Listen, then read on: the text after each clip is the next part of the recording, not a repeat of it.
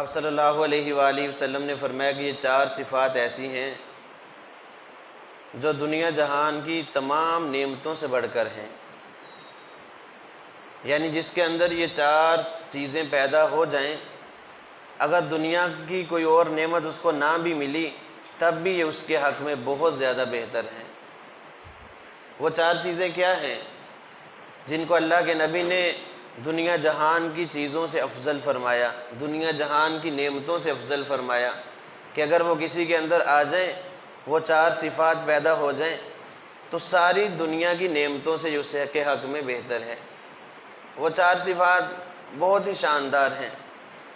سب سے پہلی آپ صلی اللہ علیہ وآلہ وسلم نے فرمایا حفظ امانت، یعنی کسی بندے کے اندر امانت داری والا وصف پیدا ہو جانا، امانت کی حفاظت کرنا۔ دوسری چیز وصدق حدیث، بات کی سچائی کا پیدا ہو جانا، جو بولے وہ سچ کہے۔ تیسری چیز عفت فی طعمۃ، یعنی جو لقمہ کھائے اس کا پاک دامن ہونا، اس کا حلال ہونا، ہر لقمے سے پہلے یہ سمجھ لے کہ یہ چیز حلال ہے یا حرام ہے، میں یہ کھا رہا ہوں میرے حق میں کیا حلال ہے یا حرام ہے، تو لقمے کا پاک ہو جانا۔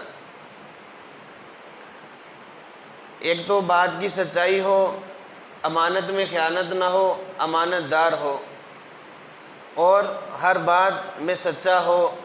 اسی طرح جو کھا رہا ہے وہ پاکیزہ ہو، تو یہ بندہ ایسا ہے کہ جس نے دنیا جہان کی تمام نعمتوں کو حاصل کر لیا۔